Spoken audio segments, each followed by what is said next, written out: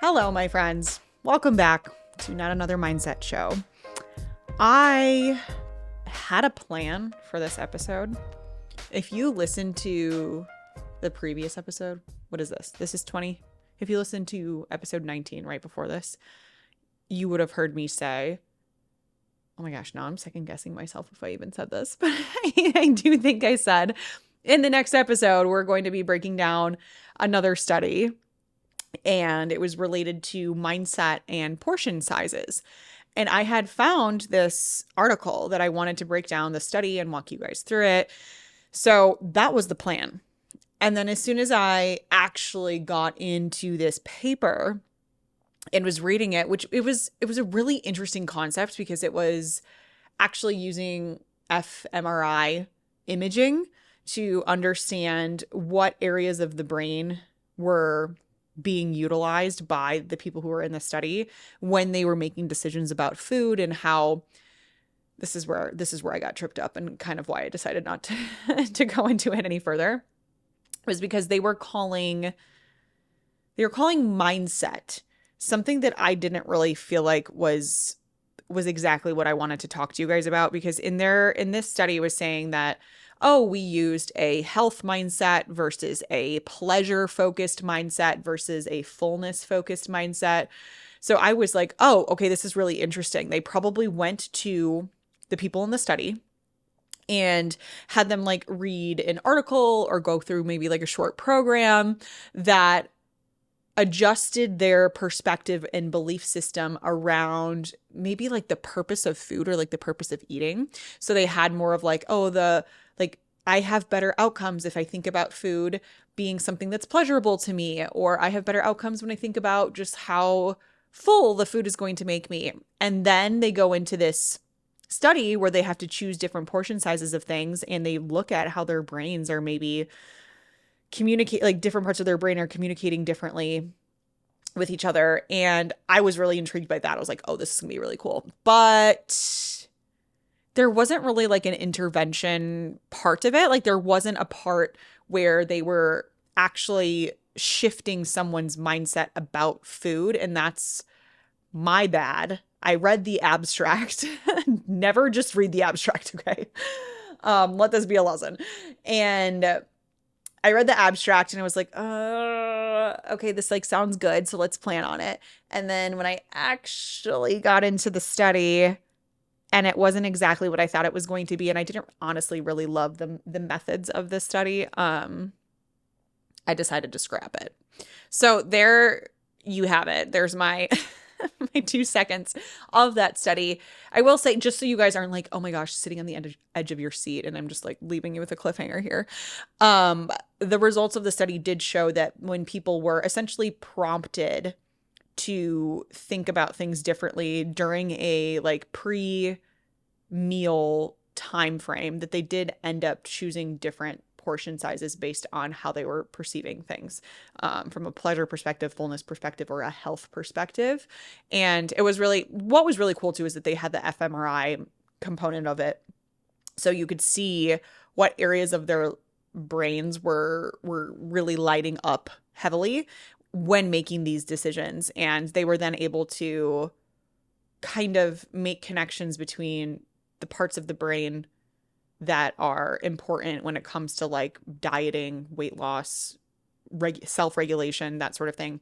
But anyway, like I said, I didn't really love the use of the term mindset here. It just felt like it didn't really match. I think it was more or less just a perspective, like a short-term perspective that was held, because they didn't actually do any sort of intervention. So anyway, I'm going to leave it at that. If you're interested in looking up that study, you certainly can. And it is interesting. I mean, it piqued my interest enough to be like, I'm going to talk about this for a full episode, and then decided not to. So I also wanted to like share this though, so you guys know my thought process when I'm going into this stuff. Like I'm not just pulling up a study and reading the abstract and sitting down and be like, okay, so this is what this study says, believe it. Okay.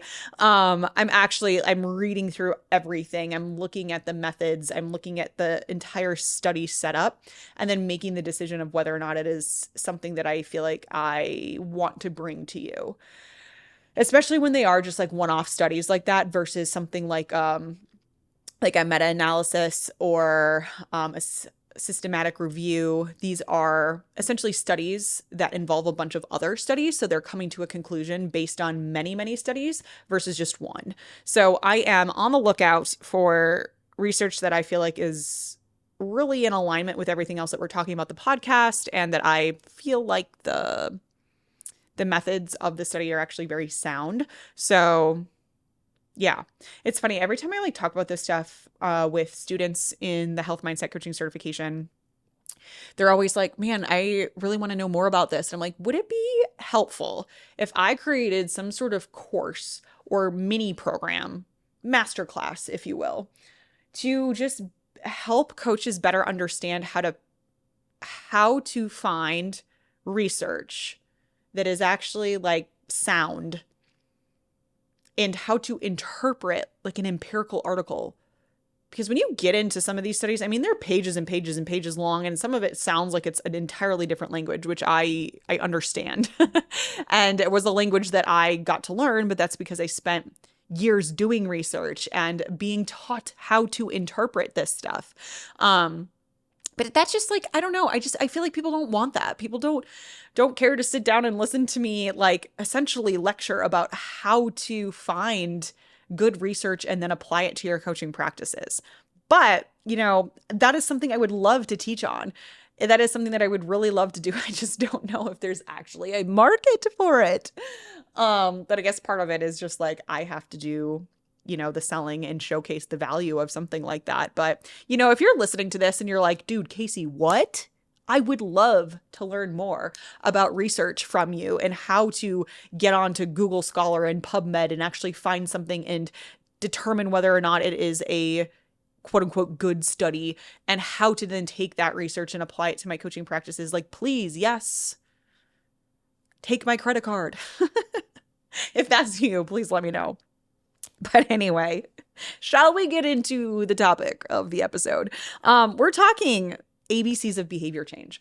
So instead of going into a different study, I was like, you know what? We haven't done an episode where I'm kind of like bringing it back to the basics of some stuff. And it really provides a good foundation for everything else that we're talking about. And I even found myself when I was like outlining some stuff for this episode, referring back to other episodes. So I'll make sure to do that and send you there if you're not like totally caught up, you haven't listened to all the past 20 episodes that we've had.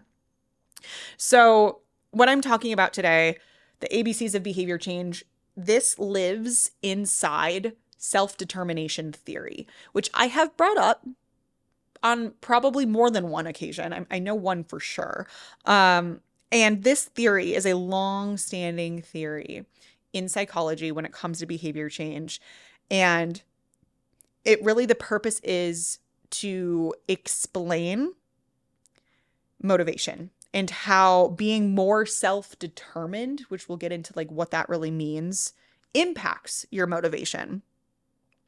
And what this theory describes is that people feel more motivated to take action when they think that what they do, like their impact, actually has an effect on the outcome that they're looking for. So that is this idea of being self-determined, that I really feel like that what I'm capable of doing, what I'm doing in this situation is going to get me further along towards my goal.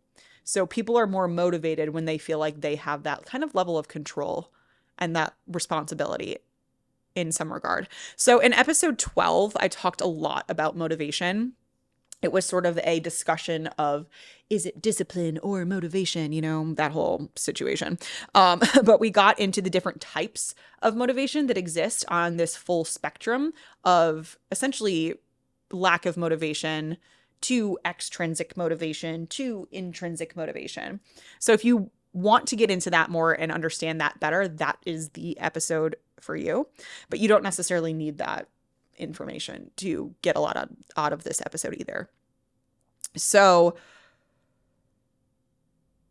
with that said, self-determination theory. suggests that people can become more self-determined when certain psychological needs are met. And that brings us to our ABCs. You know what's funny is that it's actually technically autonomy, relatedness, and competence.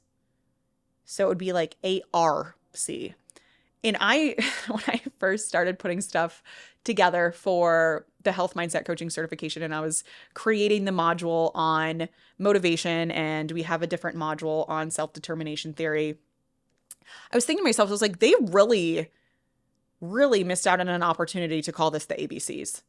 Like, what are you guys doing? Like, this just goes to show, like, researchers are not marketers and they're not thinking this way. Like, autonomy, relatedness, and competence. But like every time you talk about relatedness, they use the word belonging. And so we are calling it autonomy, belongingness, competence, because then it's ABC. It's easier to remember. And it just makes more sense. Who says relatedness anyway? Geez, researchers do. That's who.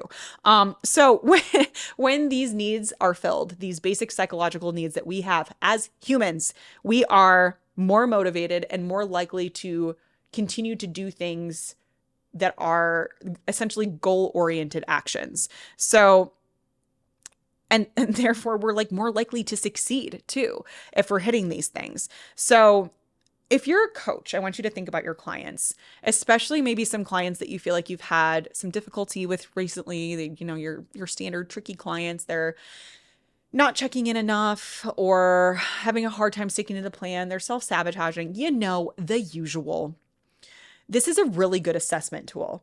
So thinking about that specific client, or maybe a few different clients who are in that boat, and now assessing them using the ABCs, autonomy, belongingness, and competence.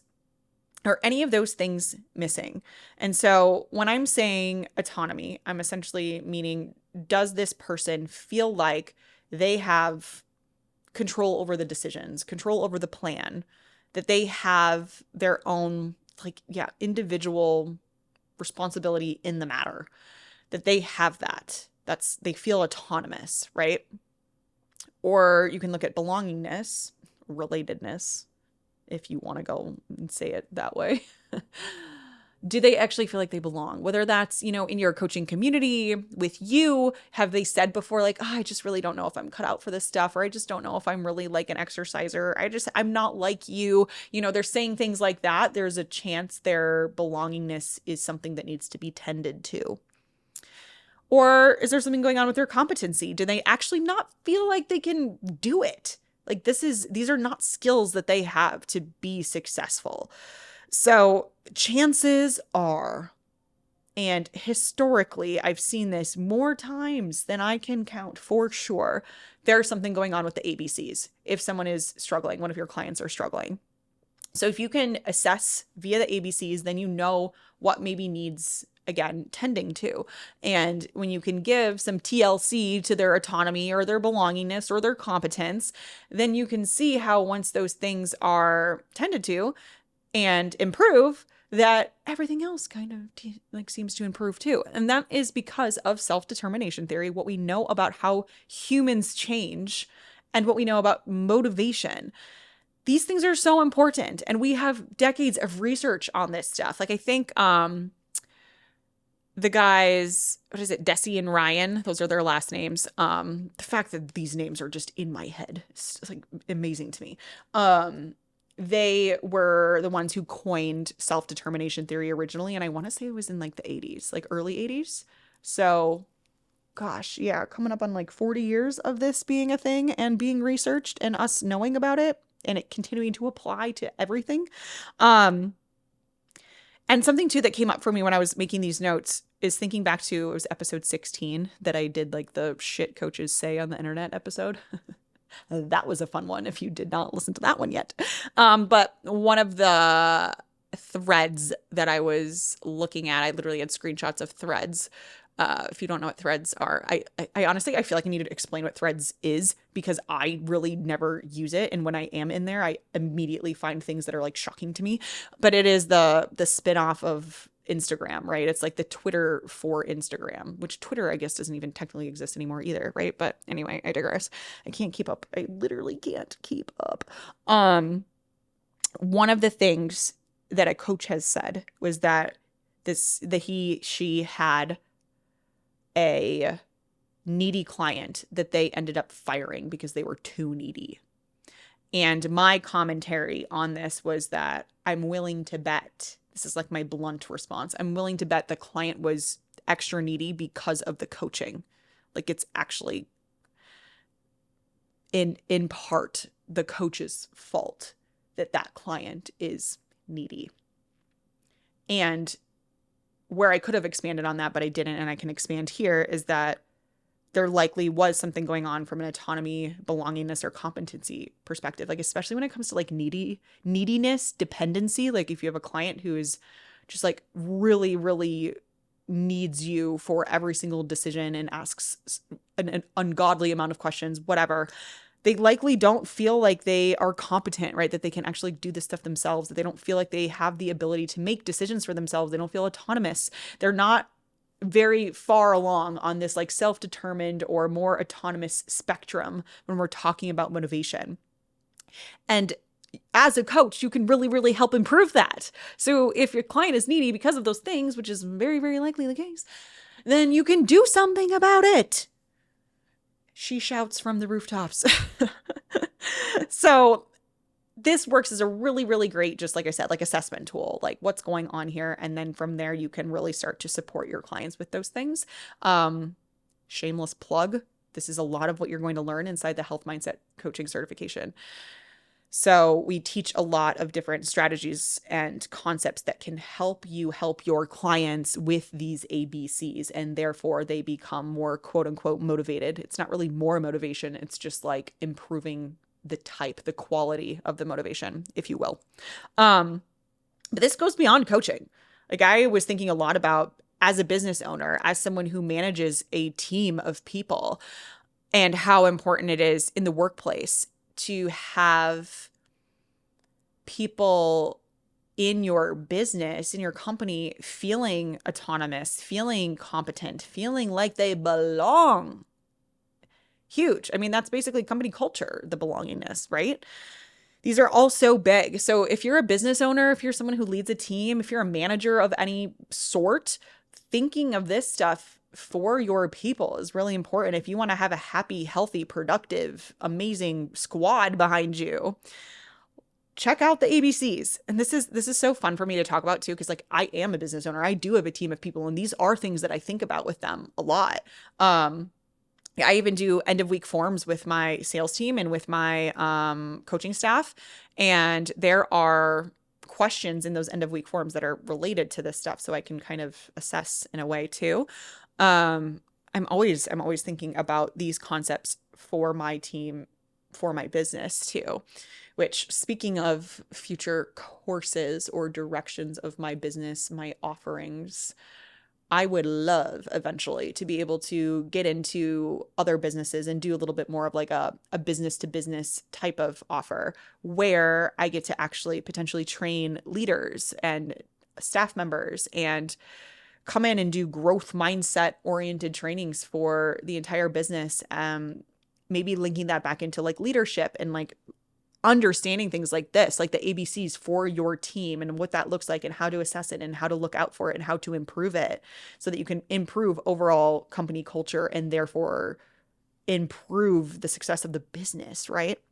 It's so cool how all of this stuff can like come back down to like your bottom line. Like as a coach, you're going to make more money. As a team leader, as a business owner, you're going to make more money if your staff is in a good place, if your coach, if your clients are in a good place with these things.